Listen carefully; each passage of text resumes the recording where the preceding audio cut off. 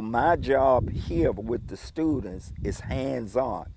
I teach them the cotton field. I teach them how to grow. I teach them about the nutritional part, that the foods that they have to eat, and what about the part in the gardens that makes the food grow well. Well, the purpose of this program is to preserve this time in history, and we focus on the Great Depression era for our 5th grade students in the Rock Hill School District. Good morning. Good morning. As you said, my name is Mr. Cathcart, and I was a student here at Carroll School for 7 years. You're sitting in what was my 2nd and 3rd grade classroom. But when I was in the 5th grade like you, the room behind you was my classroom. It was also my 4th grade classroom because the teachers at that time taught 2 grades. And Mrs. Williamson, whose picture you will see in the case in the hallway when you go to the next class, was my 4th and 5th grade teacher. And when we walked through that second door into Mrs. Williamson's classroom, there was absolute quiet. She had a switch like that in this corner, and she would use it if she felt she had to.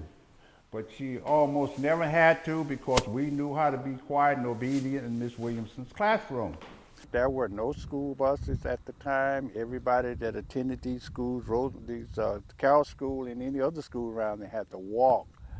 And I explained to the students earlier, that could be as much as 5 miles sometimes.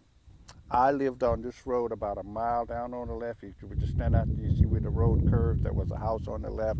That was where I lived and walked that mile. And that was considered close because we had students that lived way behind me down the road. And on the way to school, you would wait for your friends to come out so that you would have them to walk to school with. So if you were to come here before school opening, you would see kids coming 4 directions. This is a crossroad here. Kids would be coming from this direction, that direction, converging on the school. When I was growing up, there was 11 of us in my family. We did not have a farm because we lived in the city part of Rock Hill, but my grandmother had a farm. And my mother used to tell me stories about slavery.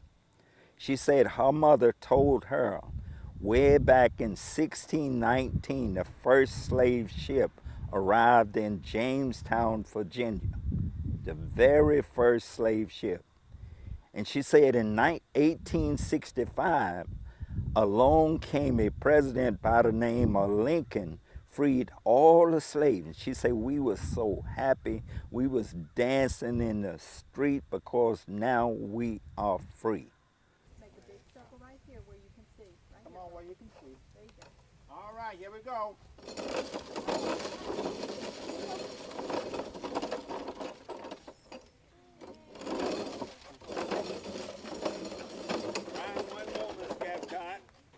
When they would go to the cotton field, they would sing to make the day go faster.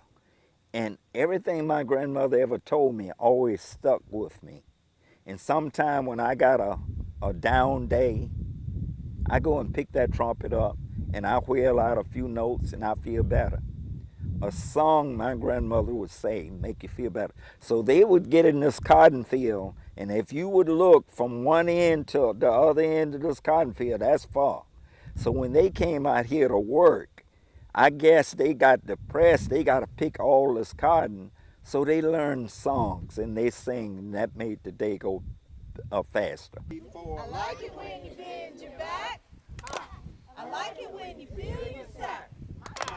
I like it when you don't talk back. Make money for me. Nate, come on back, workers. Owners, get those workers a big hand. Come on back. No, we did not pick cotton in school. I get that question from the students all the time because they come out here and they know they're going to get a chance to pick cotton. So now one of the questions, Mr. Cathcart, did y'all pick cotton when you came to school? I say, heavens, no. We picked cotton at home. We picked cotton when we got out of school because that was the crop around here. You know, this was cotton country and everybody was a cotton farmer. We had to get those cotton crops out even before school started because the school year didn't start until October. Right about now, school wouldn't be going. It would start about mid-October or late October after we got some of this cotton picked. So no, they came to school to get away from the cotton is there waiting for you when you got back home after the school. We go to cotton field, we have stuff on like this, and you have this on 7 days a week. So down here, we really didn't wear suits and ties. Okay, let's see what you got. Okay, 12 pounds. Go and tell Miss Gardner what you got. Come on down. What's your name, young lady? 10 pounds. Tell Miss Gardner what you got. What's your name? 10 pounds. Tell Miss Gardner what you got. What's your name? 10 pounds. Tell Miss Gardner what you got. The 13th, the 14th, the 15th Amendment came out of Reconstruction. And by then, April 12th of 1865, Lincoln got shot. So everyone felt because he got shot, things was going to go back to norm. So when Andrew Johnson took over as president of the United States, he did try to rescind some of the things that Lincoln had proposed to put in law. He tried. But the 13th and 14th and 15th Amendment, my grandmother said, was law. He couldn't change. The most important one, they all three was important, but she said the 13th, we was so happy he couldn't change that, because if he had to change it, we may still be in slavery today. So when my grandmother tell me that story, me as a descendant, tears come to my eyes because I'm free and I'm happy. I can remember when I was in the 4th grade, the 4th grade sat on that half of the classroom, the 5th grade sat on this half, seats facing this direction. Teacher's desk along by somewhere where that clock is. My seat was somewhere along where that last table is with my seating partner because there were 2 students per seat. Boys sit with boys and girls with girls. If you had a friend you wanted to sit with, that was okay. In the 5th grade, I remembered I sat on that half of the classroom there, that last blackboard there, because Ms. Williams would alternate between the 2 classes because all teachers had 2 classes. They would teach the 5th grade a while and the 4th grade a while. While they're teaching one grade, the other grade is given an assignment. We may have to read something, do a math problem, but whatever you did, it was done quietly because you didn't want to disturb her. Ms. Williamson in particular, you'll see her picture in the case when you go to the hall, in the hallway. She wore glasses down on her nose, and when she stood up and looked at you, if you were doing something that she didn't agree with, you would stop immediately. She never had to go get that switch for me. I only got 5 licks in my hand once my entire 7 years here. That was questionable. I negotiate that. It's not unusual to get through 7 years without getting the switch or the strap. Plant this corn and cow manure. Plant this corn and cow manure. Plant this corn and cow manure. Now, you got a nice teacher. How many want to shake his hand?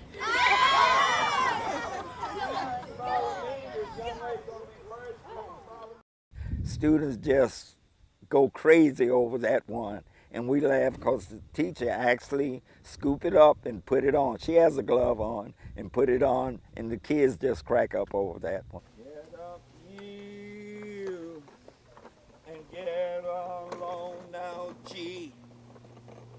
Now, whoa. Good job. Give me 2 more, Mr. Captain. See, Grandpa didn't have a tractor like what we have today. He had a mule to plow up his ground. So I teach the kids, in order for Grandpa to direct the mule in the right direction, he had to know mule language. If Grandpa wanted his mule to go to the left, he'll say G. If he wanted him to go to the right, he'll say ha. If he wanted him to stop, he would say whoa.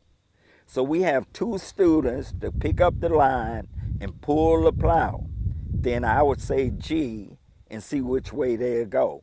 And that song is Get Up Mule and Get Along. Plow this ground and plant this corn. You hear the music feet? When I say G, you turn to your left. When I say ha, you turn to your right. When I say whoa, means stop. All of your food and the food for the animal was grown right there by you. And the kids were part of the workforce. Nobody had hired people that they hired to do this. You did it, your family, your children, husband, wife, family, children, girls and boys. So you were busy doing all of these chores and doing present of all these crops. They built the school for the blacks, they built the school for whites, but because of some of the laws that came out of Reconstruction, segregation was still played a big part in terms of white and blacks living together because of segregation. So at least we had a white school on this side of town, had a black school on this side of town. At least we had a school. Now, there were still folk that lived way out in the rural section. This was the city kids, myself living up in the city, the white students that live up in the city. But what about all the kids that live on this farm, had to raise all this cotton? What about those students? I lived on this road here. This is Williamson Road, about a mile down on the left. That was considered close. Many of my classmates, schoolmates lived much further. This is Mobley Store Road. It ends at Brattonsville Road. Y'all remember Brattonsville? You went there in the third grade. If you were to take this road all the way down where the stop sign, where it stops and runs into Brattonsville Road, that's 5 miles. Where students that lived almost to Brattonsville Road had to walk here every day. And back home. Cold in the wintertime, you know those cold, frosty days when everything is white. We got to school in the morning, we were frozen. There was a pot-belly stove in each one of these rooms. See where the chimneys are? Teachers would come in from Rock Hill, make the fire, have it nice and hot. Believe me, that was necessary because we had to thaw out before we could take our seat. I think the greatest thing about this school is it's like a best kept secret. So many people don't realize the passion that went into building this school. This school cost $4,500 to build, and that's in 1929. Mr. Rosenwald only contributed 1/5 of that price. $1,700 was raised by the community out here. These are people who had nothing. They were former slaves and servants. And so they took their hard-earned money. They would do things like sell chickens they had, or they would sell quilts or sell apple pies, sell items and give pennies and just donate literally everything they had because they were so passionate about having a schoolhouse for their children. And that, to me, speaks volumes that in 2014, this schoolhouse is still standing today, and we have a man who attended this school who wants to spread the word. And that, to me, is just what makes this school so unique and absolutely priceless. I have many, many, many good memories about coming to school here. In the summertime, they had summer school. The school was out for hoeing cotton. Then afterward, they would start back up for summer school. We'd go to school for about, I would guess, about 6 weeks until cotton picking time again. But it was always interesting and exciting to go to school. In the cannon room, we asked the students, what do you think your teacher is going to put in this applesauce to make it good? And you want to get a smile? One little boy said, I'm put some salt in there and some pepper in applesauce. So those are things, we get so many out here. The greatest thing that we want is for them to learn what it felt like to live during the Great Depression. And also, this school being a Rosenwald school, what was it like to be in a segregated school, to be an African American during that time period from 1929 to 1954? You were not in school with other children of another color. I lived on this road about a mile down on the left, where Mr. Boyd has his farm equipment now. The family lived there, had goats. Had about 4, maybe 5 goats. And that was a billy goat who used to chase us to school every day. Yeah, guys, we would pick at him though, you know, we'd start him up saying bad, making faces. Yeah, he would take off behind us. We would run down this road. Here's the goat behind us. We'd come all the way up to the school, up the steps. We'd go in the double door. They'd close the door. He would climb up the steps. They can climb, you know. You would hear his little feet out there on the porch. When he'd find that we're not coming back out, he'd go back home. We would do the same thing the next day. But it was always something interesting and exciting to do about coming to Carroll School. 1, 2, 3, 4. Like it when you bend your back. I like it when you feel your sack. I like it when you don't talk back. Make money for me.